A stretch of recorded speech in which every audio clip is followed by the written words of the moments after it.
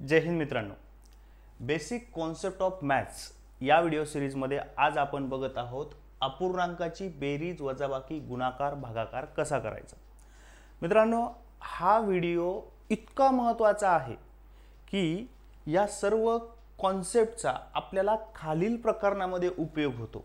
तुम्हाला हे प्रकरण येत नसतील तर तुम्ही ही गोष्ट लक्षात घ्या की तुम्हाला ही कॉन्सेप्ट प्रॉपर येत नाही। कारण की काय होतं, हे सगळे जे टॉपिक आहेत ना, या प्रत्येक टॉपिकमध्ये कुठे ना कुठे आपल्याला ह्या चारपैकी एक क्रिया किंवा अनेक क्रिया कराव्या लागतात। बघा, यातील सरासरी असो, काळकाम असो, पाण्याची टाकी, गुणोत्तर प्रमाण, भागीदारी, वेगवेगळे अंतर, रेल्वे, प्रवाह बोट, शेकडेवारी, नफा तोटा, सरळ व्याज, चक्रवाढ व्याज, संभाव्यता, हे सर्व प्रकरण असे आहेत की इथे आपल्याला अपूर्णांकाची बेरीज, वजाबाकी, गुणाकार, भागाकार यापैकी क्रिया कराव्या लागतात। आणि होतं काय, शाब्दिक उदाहरण एकदा आपण बघितलं की त्याला थोडासा सोडवण्याचा प्रयत्न करतो आणि ज्यावेळेस कॅल्क्युलेशन किचकट व्हायला लागतं तेव्हा आपण त्या प्रकरणाचा अभ्यास करणं सोडून देतो। पण लक्षात घ्या, जसं मी तुम्हाला शेकडेवारी हे प्रकरण खूप महत्त्वाचं आहे असं सांगितलं, तसंच हे दुसरं प्रकरण महत्त्वाचं आहे जे आहे अपूर्णांक आणि अपूर्णांकाच्या ह्या चार क्रिया। तर आजच्या व्हिडिओमध्ये आपण संपूर्ण अपूर्णांक कव्हर करणार नाही, तर या कॉन्सेप्टसाठी ह्या टॉपिकसाठी लागणाऱ्या ज्या कॉन्सेप्ट आहे आणि त्या खूप बेसिक आहे त्या तुम्हाला मी एकदा शिकवल्या की तुम्हाला ते 100% येईल। मी पुन्हा सांगतो, हातात वही पेन घेण्याची गरज पडणार नाही। फक्त तुम्हाला ही कॉन्सेप्ट क्लिअर करण्यासाठी ही रिक्वायरमेंट पाहिजे, तुम्हाला 1 ते 10 पर्यंतचे पाढे यायलाच पाहिजे आणि दुसरी गोष्ट तुम्हाला बेरीज, वजाबाकी, गुणाकार, भागाकार यायला पाहिजे।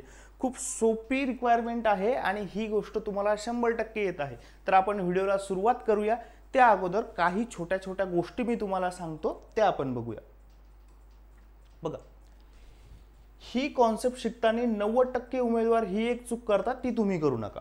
बघा, होतं काय, आपण ज्यावेळेस कुठला क्लास जॉईन करतो किंवा आपल्याला कोणीतरी गणित शिकवायला लागतं त्यावेळेस सिरियली आपण प्रकरणांचा अभ्यास करतो। त्यात अपूर्णांक नावाचं हे एक प्रकरण सुद्धा येतं आणि ज्यावेळेस आपल्याला क्लासमध्ये किंवा शाळेमध्ये वर्गामध्ये शिकवलं जातं त्यावेळेस होतं काय, त्यावेळेस आपल्याला ही कॉन्सेप्ट थोड्याफार प्रमाणात कळते, परंतु जसा जसा वेळ जातो आणि जसं जसं आपण पुढचे प्रकरण करत जातो तसं तसं प्रत्येक वेळी ही गोष्ट तर लागते, पण यामध्ये कन्फ्युजन व्हायला लागतं।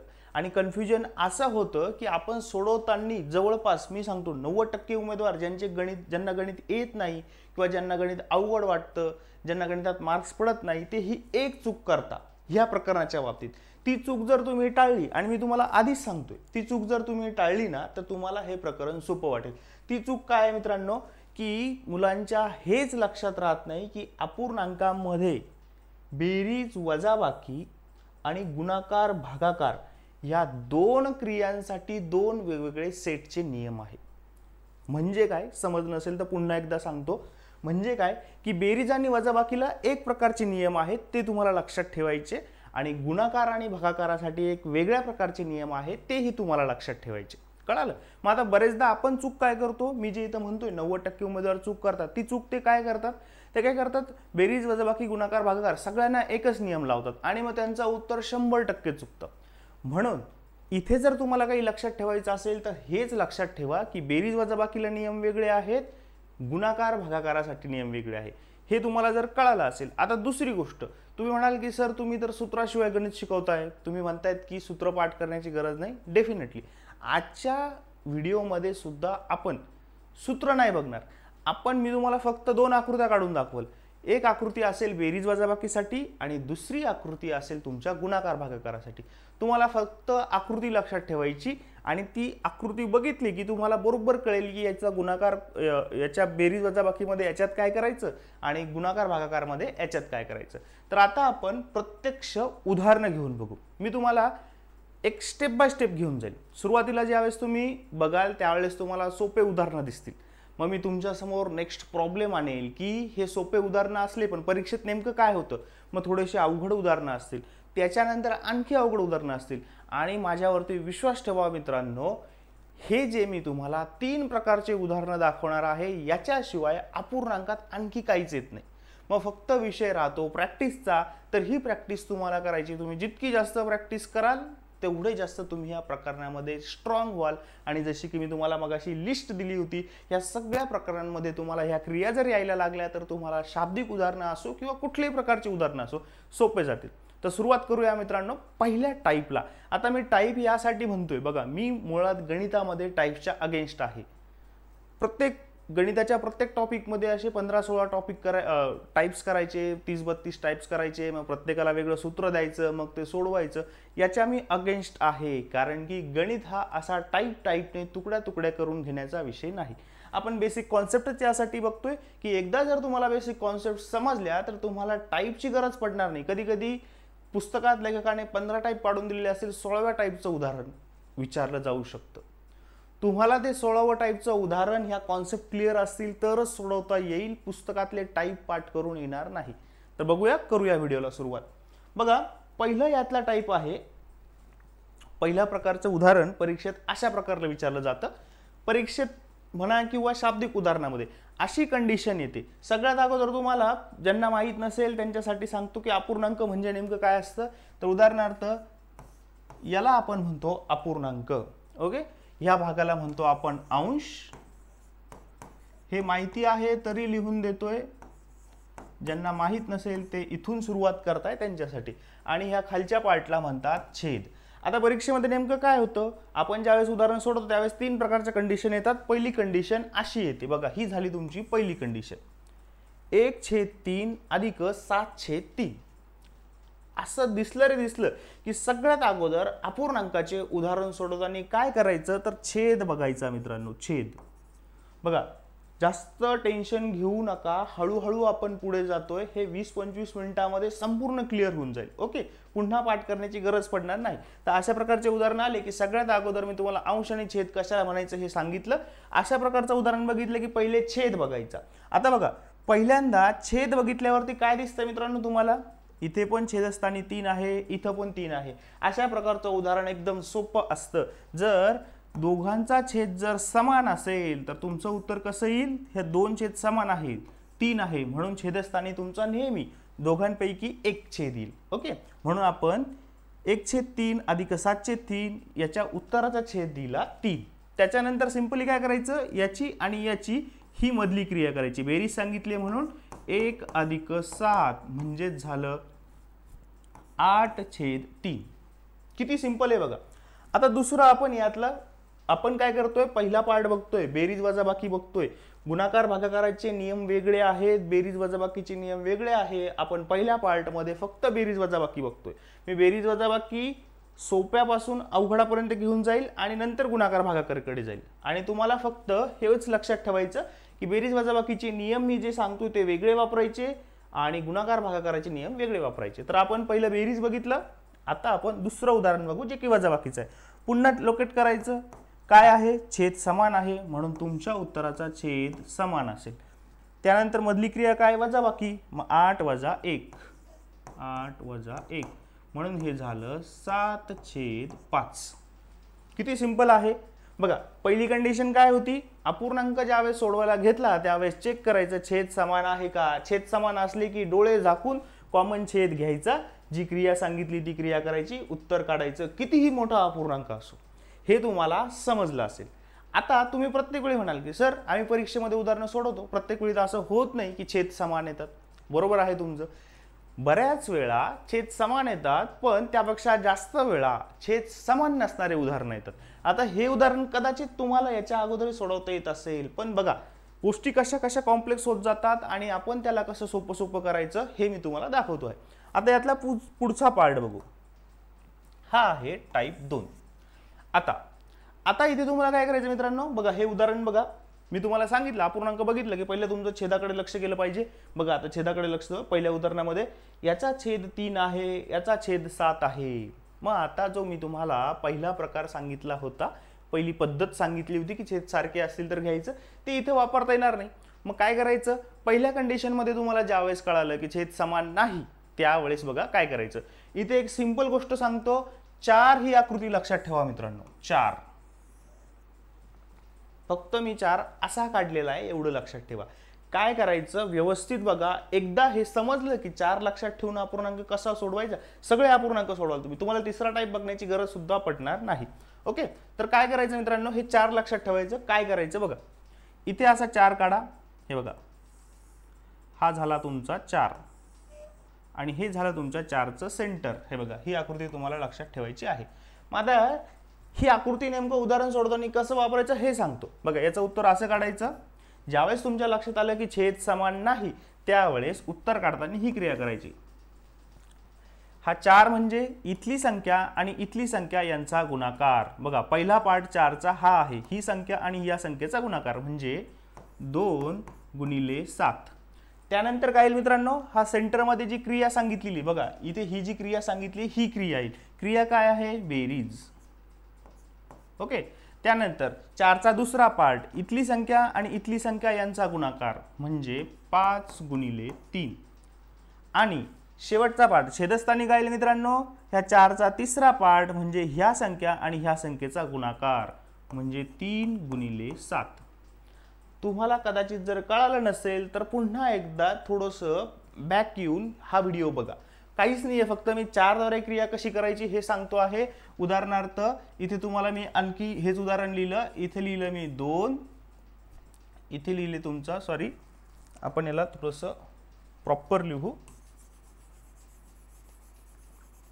मी तुम्हाला सांगितलं होतं आपण ह्या 4 द्वारे क्रिया सोडवतो आहे आणि हे 4 मी तुम्हाला इथे दाखवले होते. 2/3 अधिक 5/7. हां, आपण याला या प्रकारे सोडवत होतो. बघा काय करायचं, 4 हा झाला तुमचा पहिला पार्ट. हे बघा, हा पहिला पार्ट, हा झाला दुसरा पार्ट, हे सेंटरची क्रिया आणि हा तिसरा पार्ट. या प्रकारे तुम्ही जर आकृती लक्षात ठेवली तर तुम्ही अपूर्णांकाची बेरीज करू शकता, अशा अपूर्णांकाची ज्याचे छेद समान नाही. कळतंय? फक्त इथे एक गोष्ट नेहमी लक्षात ठेवायची की छेदस्थानी नेहमी दोन्ही छेदांचा गुणाकारच होईल. ठीक आहे. बघा इथे सुद्धा हे जे लिहिलंय ना, गुणाकारच होईल हे लक्षात ठेवायचं. मग आता याचं उत्तर काय येईल मित्रांनो, याचं उत्तर येईल तुमचं 2 गुणिले 7 म्हणजे 14 अधिक 5 गुणिले 3 म्हणजे 15 आणि 3 गुणिले 7 म्हणजे 21. 14 आणि 15 29 भागिले 21 हे झालं तुमच्या पहिल्या प्रश्नाचं उत्तर. हे समजलं नसेल तर दुसऱ्या उदाहरणामध्ये पुन्हा एकदा समजेल. बघा इथे सुद्धा आपण हीच क्रिया करायची आहे, 4ची क्रिया. असा 4. आता जोपर्यंत तुम्हाला हे येत नाही तोपर्यंत तुम्ही अशी आकृती काढून हे सोडवू शकता. एकदा यायला लागलं की याची गरज पडणार नाही. पहिला पार्ट काय येईल, मग ह्या आणि या संख्येचा गुणाकार. हा किती झाला, 1 गुणिले 7. सेंटरची क्रिया वजाबाकी. त्यानंतर ह्या आणि ह्या संख्येचा गुणाकार 3 गुणिले 2. भागाकारात काय येईल मित्रांनो, भागाकारात येईल ह्या दोन्ही छेदांचा गुणाकार 3 गुणिले 7. याला सोडवा. 1 गुणिले 7 म्हणजे 7 वजा 3 गुणिले 2 म्हणजे 6 आणि भागाकारात 3 गुणिले 7 म्हणजे 21. 7तून 6 गेला 1 आणि छेदस्थानी 21. 1 भागिले 21. इतकं सिंपल आहे. पुन्हा एकदा रिकॅप करतो. जर छेद समान असेल तर सरळ सरळ अंशाची बेरीज करायची, छेद कॉमन घ्यायचा, वजाबाकी असेल तर वजाबाकी करायची. जर छेद समान नसतील तर 4चा रूल वापरायचा. हा 4चा रूल पुन्हा एकदा बघा. हा 4चा रूल या प्रकारे आहे. पहिलाचा अंश दुसऱ्याचा छेद यांचा गुणाकार. सेंटरला जी क्रिया सांगितली, बेरीज असो किंवा वजाबाकी असो, ती क्रिया करायची. त्यानंतर पुन्हा दुसऱ्याचा छेद, पहिल्याचा छेद, दुसऱ्याचा अंश यांचा गुणाकार आणि भागाकारामध्ये ह्या दोन्ही छेदांचा गुणाकार. बस इतकं सिंपल आहे. हा 4 लक्षात ठेवायचा, सेंटरची क्रिया लक्षात ठेवायची. तुम्हाला या प्रकारचं उदाहरण सोडवता येईल. यामध्ये जर काही डाऊट नसेल तर आपण पुढचा पार्ट बघू. ओके, पुढचा पार्ट आहे. आता पुन्हा पुढचा पार्टच्या अगोदर काय कॉम्प्लेक्स होतो ते सांगतो. ज्यावेळेस आपण असं करतो तर तुम्ही सांगाल, सर तुम्ही आम्हाला काय सांगितलंय की 1 ते 10 पर्यंतचे पाडेपाठ पाहिजे. आमचे 1 ते 10 पर्यंतचे पाडेपाठ आहे. इथे 3 आणि 7 3चाही पाडापाठ होता म्हणून आम्ही 3 गुणिले 7 21 केलं. पण परीक्षा आपल्यावरती इतकी मेहरबान नसते की आपल्याला छेदस्थानी 2 3 4 असेच अंक देईल. आपल्याला छेदस्थानी ते असे अंक देतात ना की ज्यांचे पाडेच आपल्याला पाठ नसतात. आणि मी बेसिकली सांगतो, जे गणिताला सुरुवात करताय त्यांचे 30 पर्यंत पाडेपाठ पाहिजे, पण नसतील तर किमान 10 पर्यंत तरी पाहिजे. मग ज्यावेळेस 15चा पाडा आला, 17चा पाडा आला, 19चा पाडा आला, अशा वेळेस काय करायचं, 16चा पाडा आला, 12चा पाडा आला, जर पाठच नसेल तर काय करायचं, तर तुम्हाला यापेक्षा एक आणखी सिंपल मेथड सांगतो, पण त्यासाठी तुम्हाला आणखी एक गोष्ट यावी लागेल. ओके, तर बघूया. आता पुढचा आपण जो पुढचा पार्ट बघतोय, पुढे गोष्टी कशा कॉम्प्लेक्स होतात बघा. आणखी लक्षात ठेवा, आपण आणखी अपूर्णांकाची बेरीज वजाबाकीच बघतोय. तुम्ही म्हणाल की सर अपूर्णांकाची बेरीज वजाबाकी ह्या पार्टमध्ये आपला बराच वेळ गेला. लक्षात घ्या, गुणाकार भागाकार एकदम सोपा आहे, काहीच करायचं नाही त्यामध्ये. सगळं काही जे आहे ना अवघड ते यामध्ये आहे, आणि शाब्दिक उदाहरणामध्ये आपण हेच वापरतो, हेच वापरावं लागतं. आता हा जो तिसरा पार्ट आहे यामध्ये बघा काय होतंय. यामध्ये पहिलं सोडवण्याचा फ्लो कसा आहे आपला, पहिले गेले छेद बघायचा. हा तिसरा भाग बघतोय आपण, छेद बघायचा. छेद काय आहे, 3 आहे 18 आहे. छेद समान आहे का, नाही, छेद समान नाही. मग आता इथे तुम्ही कोणती मेथड वापरू शकता, 4 ची मेथड वापरू शकता, की 7 गुणिले 18 अधिक 3 गुणिले 5 भागाकारात 3 गुणिले 18. ती मेथड वापरली तरी तुमचं उत्तर येईल, पण मला तुमच्यासाठी गोष्टी आणखी थोड्या सोप्या करायच्या आहे, म्हणून मी कॅल्क्युलेशन कमी वेळात व्हावं म्हणून मी हा तिसरा प्रकार घेतलाय. तिसरं थोडीशी कॉम्प्लेक्स झालेली कंडिशन घेतली. आता इथे बघा, तुमच्या ज्यावेळेस लक्षात येतं की 3 आणि 18 आहे, आपल्याला तर 18चा पाडा येत नाही, मग काय करायचं. 18चा पाडा येत जरी असेल ना मित्रांनो, तरी ही कॉन्सेप्ट शिकून घ्या. तर यासाठी एक वेगळी मेथड आहे, त्याला आपण म्हणतो लसावी मेथड, एलसीएम मेथड, लसावी मेथड. आता लसावी मेथडसाठी एक आपण वेगळा व्हिडिओ बनवलेला आहे, तो व्हिडिओ बघून घ्या. ते जर शिकले ना तुम्ही, तर तुम्हाला पहिला आणि तिसरा हे दोनच प्रकार लक्षात ठेवावे लागतील. ठीक आहे, ओके. तर बघा आता लसावी मेथडनी कसं सोडवायचं, तर हे तर खूप सिंपल आहे. काय करायचं मित्रांनो, 3 आणि 18चा लसावी घ्यायचा. बघा फ्लो सांगतो पुन्हा एकदा, हळूहळू सांगतो. अपूर्णांक दिलेला आहे 7/3 अधिक 5/18. पहिले आपण चेक केलं छेद समान आहे का, छेद समान नाही. पहिले छेद समान नाही, पहिली पॉसिबिलिटी गेली. दुसरी गोष्ट, छेद असे इझिली तोंडीली कॅल्क्युलेशन करण्यासारखी आहे का, आता ज्यांच्यासाठी आहे त्यांनी 4 ची मेथड वापरा, ज्यांच्यासाठी नाही त्यांनी काय करा, एलसीएम मेथड शिकून घ्या. लसावी मेथड काय आहे की सगळ्यात अगोदर 3 आणि 18 यांचा लसावी शोधायचा. मग आता 3 आणि 18चा लसावी किती आहे मित्रांनो, 3 आणि 18चा लसावी येतो 18. आता खूप मित्रांना 3 आणि 18चा लसावी 18 कसा येतो हे माहिती नाही, त्यांच्यासाठी सांगतो, माझा एकदा लसावी हा व्हिडिओ बघून घ्या. अपूर्णांकासाठी जो लसावी व्हिडिओ आहे तो बघून घ्या. त्या व्हिडिओमध्ये ही कॉन्सेप्ट क्लिअर होईल. नसेल क्लिअर झाली तर मला कमेंटमध्ये सांगा, आपण पुन्हा ते क्लिअर करू. तर बघा 3 आणि 18चा लसावी 18 आहे, सरळ सरळ छेदस्थानी 18 लावून घेतले. आता काय करायचं, आता हा 7 घ्यायचा.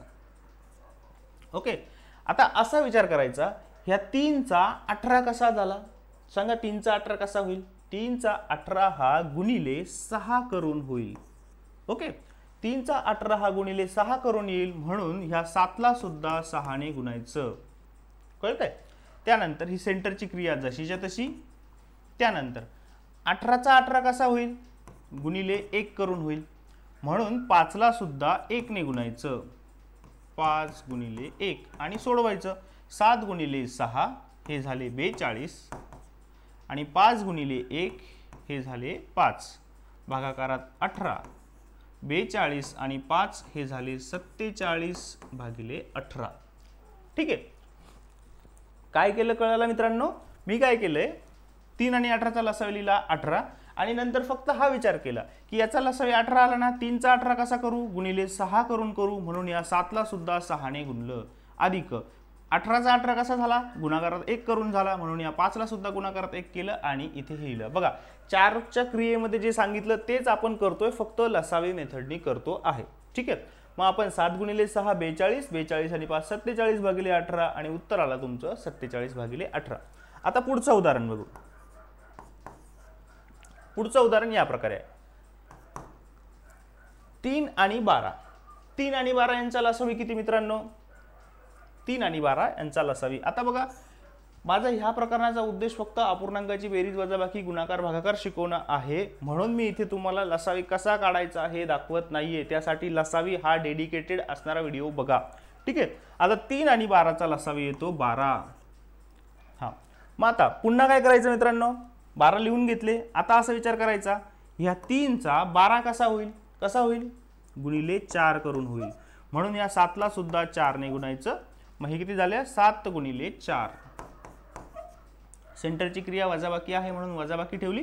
12चा 12 कसा होईल, गुणिले 1 करून होईल म्हणून या 5ला सुद्धा 1 ने गुणायचं. हे झालं 5 गुणिले 1. याला सोडवा. 7 गुणिले 4 28 वजा 5 गुणिले 1 5 भागाकारात आला 12.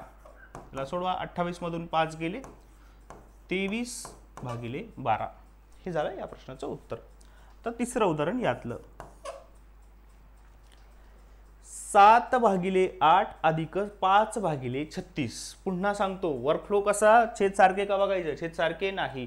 पुन्हा दुसरा विचार, छेद सारखे नसतील पण आपल्याला येणाऱ्या पाड्यात आहे का, 8 आहे आपल्या पाड्यात, 36 आपल्या पाड्यात नाही, म्हणून मग एलसीएम मेथड वापरायची, असा वर्कफ्लो. आता बघा 8 आणि 36चा एलसीएम किती, लसावी किती, तर तो आहे 72. आता खूप मित्र मत असतील, सर तुम्ही 8 आणि 36चा एलसीएम 72 कसा डायरेक्ट तुम्ही घेताय, आम्हाला सांगत पण नाही. त्यांच्यासाठी पुन्हा सांगतो, एलसीएम हा व्हिडिओ बघा. त्या व्हिडिओमध्ये मी इतक्या सोप्या पद्धतीने लसावी काढायचं हे शिकवलंय ना मित्रांनो. आणि बघा ज्यांना असं वाटत असेल की आपण 4च्याच मेथडनी सोडू, हे एलसीएमच्या पुढे व्हिडिओज बघायचं नाही, त्यांच्यासाठी सांगतो मित्रांनो, हे शिकून घ्या. तुम्ही ज्यावेळेस काळकाम वेगचं उदाहरण सोडवला जाल ना, कितीही अवघड उदाहरण असो, तुम्हाला जर हा एलसीएम येत असेल तर तुम्ही त्या उदाहरणाचं उत्तर जास्तीत जास्त 2 स्टेपमध्ये काढू शकता, 36 सेकंदात काढू शकता. ओके, येऊया पुन्हा उदाहरणावरती. 8 आणि 36चा एलसीएम आला 72. आता पुन्हा विचार कसा करणार, ह्या 8चा 72 कसा होईल, गुणिले 9 करून होईल, म्हणून या 7ला सुद्धा 9 ने गुणू. 9 गुणिले 7, 9 गुणिले 7. सेंटरची क्रिया बेरीज आहे, बेरीजला बेरीज 2. आता या 36चा 72 कसा होईल, गुणिले 2 करून होईल, म्हणून या 5ला सुद्धा 2 ने गुणू. मग हे झाले तुमचे 5 गुणिले 2. हां, मग 9 गुणिले 7 63 अधिक 5 गुणिले 2 10 आणि भागाकारात येतील तुमचे 72. 63 आणि 10 73 आणि हे छेदस्थानचे 72. अशा प्रकारे आपण हे अवघड असणारे उदाहरण एलसीएम मेथडने सोडवलेले आहे. इथे फक्त एकच गोष्ट आहे, तुम्हाला हे एलसीएम ही कॉन्सेप्ट माहीत असली पाहिजे. ओके, ही जर कॉन्सेप्ट माहीत असली, आता खूपदा तुम्ही असं म्हणाल की सर पहिलीच मेथड सोपी होती, ह्या मेथडमध्ये बघा तुम्ही इकडे काय काय केलं, त्यानंतर तुम्ही इकडे गुणाकार केले, एलसीएम कुठून घेतला माहिती नाही, त्यानंतर बेरीज केली, तर 4 स्टेपमध्ये गणित सोडलं. बघा मित्रांनो, परीक्षेमध्ये मी हे तुम्हाला थोडेसे कॉम्प्लेक्स घेतले. परीक्षेमध्ये असे उदाहरणं येतात की ज्याचे लासावी मासावी प्रॅक्टिस करून करून पाठ होऊन जातात आपल्याला. जसं हे मी इथे घेतलं ना 8 आणि 36चा लासावी किती, तर हे तुम्ही थोडंसं कॅल्क्युलेशन केलं तरी सुद्धा काढू शकता. मी तुम्हाला 3 मेथड सांगितलेले आहे लासावीच्या व्हिडिओमध्ये, तर तुम्ही तसंही काढू शकता.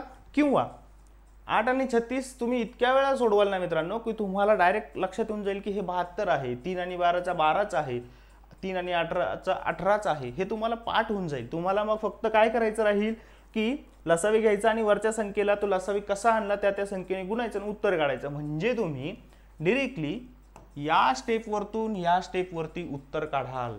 हे मधलं कॅल्क्युलेशन तुम्हाला करण्याची गरज पडणार नाही. अशा प्रकारे आपण अपूर्णांकाची बेरीज वजाबाकी यामध्ये 3 केसेस बघितल्या. पहिली केस होती छेद समान असेल तर काही टेन्शनच नाहीये.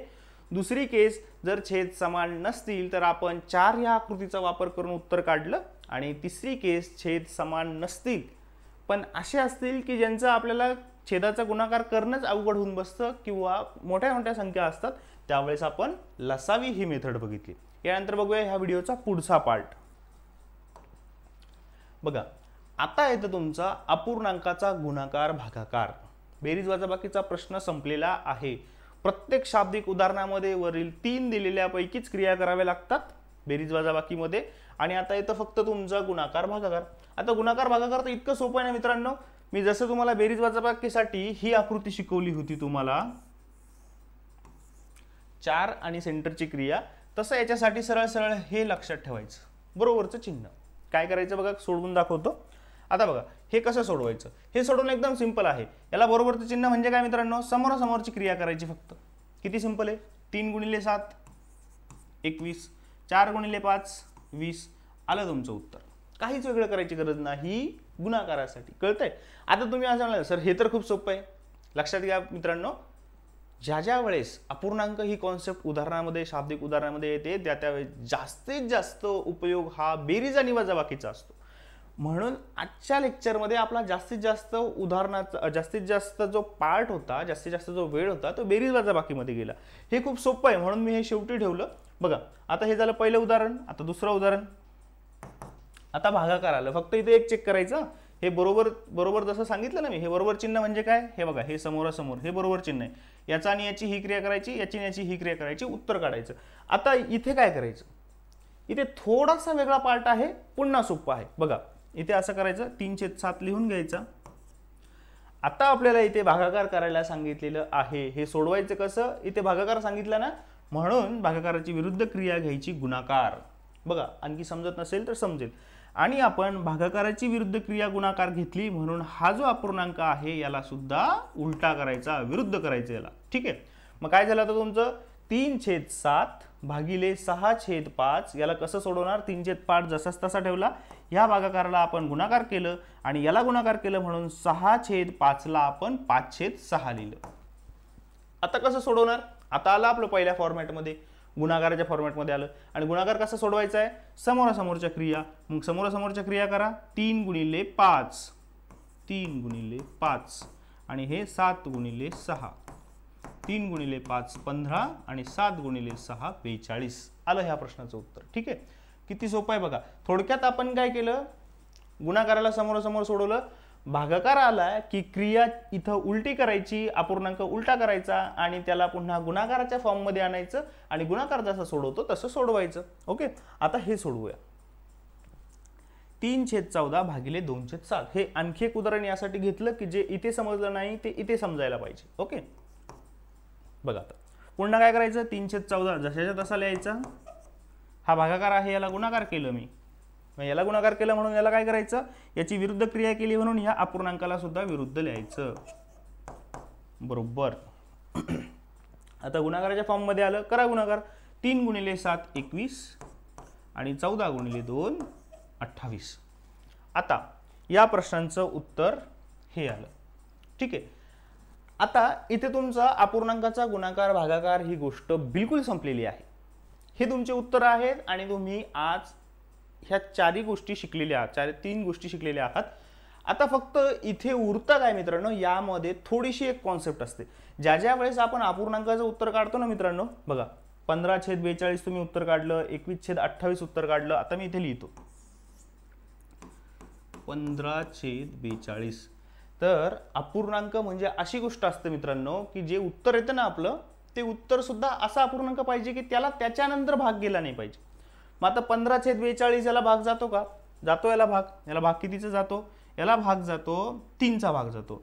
3×5 = 15 आणि 3 × 14 म्हणजे 42. म्हणजे याचं ऍक्च्युअली येतं उत्तर येतं 5/14.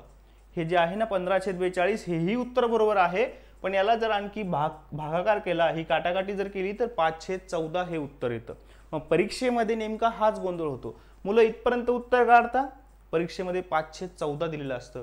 अपूर्णांकामध्ये उत्तर काढायचं, तुमचं उत्तर असं असलं पाहिजे की ह्या उत्तरानंतर त्याला भाग देऊन असा अपूर्णांक मिळवायचा की त्याला त्यापुढे भाग गेला नाही पाहिजे. म्हणजे ह्या प्रश्नाचे दोन्ही पण उत्तर आहेत, हे पण आहे, हे पण आहे. 2 उत्तर म्हणण्यापेक्षा ही किंमत आणि ही किंमत एकच आहे. मग आता तुम्हाला हे कसं कळेल ही किंमत एकच आहे, यासाठी तुम्हाला काटाकाटी यायला पाहिजे. ठीक आहे. मग आता काटाकाटीसाठी सुद्धा एक सेपरेट व्हिडिओ आहे, तो व्हिडिओ तुम्ही बघून घ्या. बऱ्याचदा मुलांचं हे कन्फ्युजन होतं की अपूर्णांक चॅप्टर असो किंवा कोणतेही उदाहरण असो, शाब्दिक उदाहरणातून ज्यावेळेस तुम्ही गणिताची मांडणी करता त्यावेळेस त्यांना काटाकाटीच येत नाही. आणि ज्यांना येते त्यांना तर अशी काटाकाटी येते, ते बेरजेतल्या संख्या गुणाकाराने उडवून टाकता, भागाकारातल्या संख्या वजाबाकीने उडवून टाकता, जे वरती दिसेल आणि जे खाली दिसेल उडवून टाकता, बघतच नाही चिन्ह कोणते. चिन्ह खूप महत्वाचे, त्यासाठी काटाकाटीचा व्हिडिओ नक्की बघा. ठीक आहे. आता इथे बऱ्याचदा बघा, ज्यांना आणखी समजलं नाही त्यांच्यासाठी सांगतो, आपण इथल्या पार्टमध्ये थोडंसं एक्सप्लेन करू. इथे एक्सप्लेन करू, इथे थोडीशी जागा आहे. तर हे जे आहे ना मित्रांनो, ह्या फॉर्म मध्ये ज्यावेळेस तुम्ही आले ना, 3/7 × 5/6 ह्या उदाहरणाबद्दल बोलतोय आपण, ह्या उदाहरणाबद्दल. आता मी इथे जे केलं, इथे 15/42 उत्तर काढले. तर एक पद्धत अशी आहे की तुम्ही हे सोडवतानीच डायरेक्ट उत्तर काढू शकता, जे की 5/14 येईल. ओके. मग कसं येईल ते, आपण हे केलं 3/7 लिहिला, ह्या भागाकाराचा गुणाकार केला, 6/5 ला 5/6 केलं. आता इथे बघायचं कोणी कशाला भाग जातो का, गुणाकार असेल तर ह्या 3 ने 6 ला भाग जातो. मग 3 ने 6 ला भाग गेल्यावर कसा होईल, 3 × 3, 3 × 2 = 6. काय उरलं तुमच्याकडे, तुमच्याकडे उरलं इथं 1 उरला आणि इथं इथे उरले तुमचे 5/2. 5/2. हा, मग याला सोडवायचं तुम्ही. हे 1 × 5 5 आणि 7 × 2 14. 7/14. कळालं. म्हणजे इथे तुम्हाला एकदा काटाकाटी बघावं लागेल. काटाकाटीचा व्हिडिओ बघितला की तुम्ही इथं डायरेक्टली उत्तर काढू शकता. या मेथडनी पण उत्तर येतं. फक्त शुअर करायचं की 15/42 असं उत्तर आलं की विचार करायचं की याला आणखी भाग जाईल का, भाग गेला तर भाग द्यायचा आणि फायनल उत्तरावरती यायचं. ह्या उदाहरणामध्ये सुद्धा असंच मित्रांनो. ह्या उदाहरणामध्ये ज्यावेळेस आपण उदाहरण सोडवलं 21/28 हे उत्तर बरोबर आलं. इथे विचार करायचा 21 आणि 28 ला अशी कोणती एक संख्या आहे जिने भाग जाईल का, हो जातो. कितीने भाग जातो, 7 ने जातो. म्हणून हे 21 ला भाग गेला, 21 आणि 28 ला, 21 ला 7 ने भाग गेला तर 3 उरतील, 28 ला 7 ने भाग गेला तर 4 उरतील. मग 3/4 तुमचं उत्तर येईल. आता इथे तुम्ही असा विचार करू शकता की सर हे उत्तर नंतर भाग देण्यापेक्षा डायरेक्ट काटाकाटी करून येईल का, यस येईल. 3/14 बघा इथे दाखवूया आपण त्याला.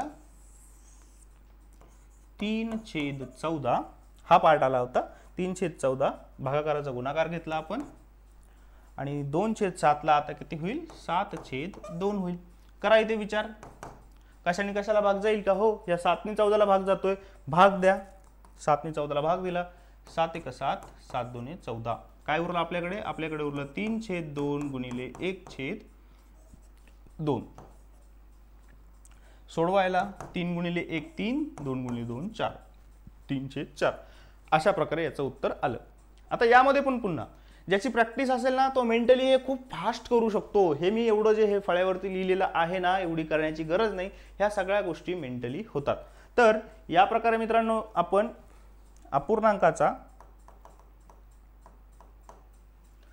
अपूर्णांकाचा गुणाकार, भागाकार, बेरीज, वजाबाकी कशी करायची हे बघितलं. हे यासाठी बघितलं की यासाठी तुमचे हे जे सगळे टॉपिक आहे हे यावरती आधारित आहे आणि यासाठी तुम्हाला 1 ते 10 चे पाडे, बेरीज, वजाबाकी, गुणाकार, भागाकार यायला पाहिजे होता.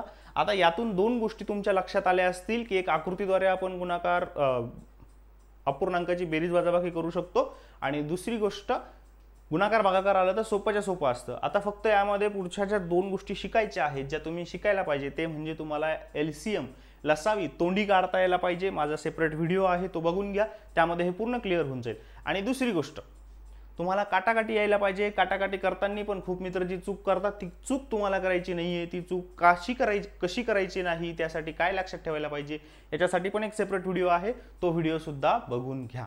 आणि सगळ्यात महत्त्वाची गोष्ट पुन्हा एकदा सांगतो, एवढा सगळा व्हिडिओ बघून जर तुम्ही आतापर्यंत केलेल्या मेहनतीवरती जर पाणी ओतायचं नसेल तर मित्रांनो एक गोष्ट नेहमी लक्षात ठेवा. पहिली गोष्ट, तुम्हाला बेरीज आणि वजाबाकीचे नियम वेगळे आहे हे पक्क लक्षात ठेवायचंय आणि गुणाकार भागाकाराचे नियम वेगळे आहे. हे आज तुम्ही माझ्यासोबत शिकता आहात, तुम्हाला आज सगळं येतंय. ज्यावेळेस परीक्षा येईल आणि हे शिकून तुम्हाला जास्त दिवस होऊन जातील, तुमची प्रॅक्टिस कमी पडेल, त्यावेळेस तुम्ही पुन्हा काय कराल, तुम्ही दोन्ही गोष्टी एकत्र कराल आणि जी चूक आतापर्यंत करत आला आहात तीच चूक पुन्हा कराल. तर ही चूक करू नका. भेटूया पुढच्या व्हिडिओमध्ये. जय हिंद.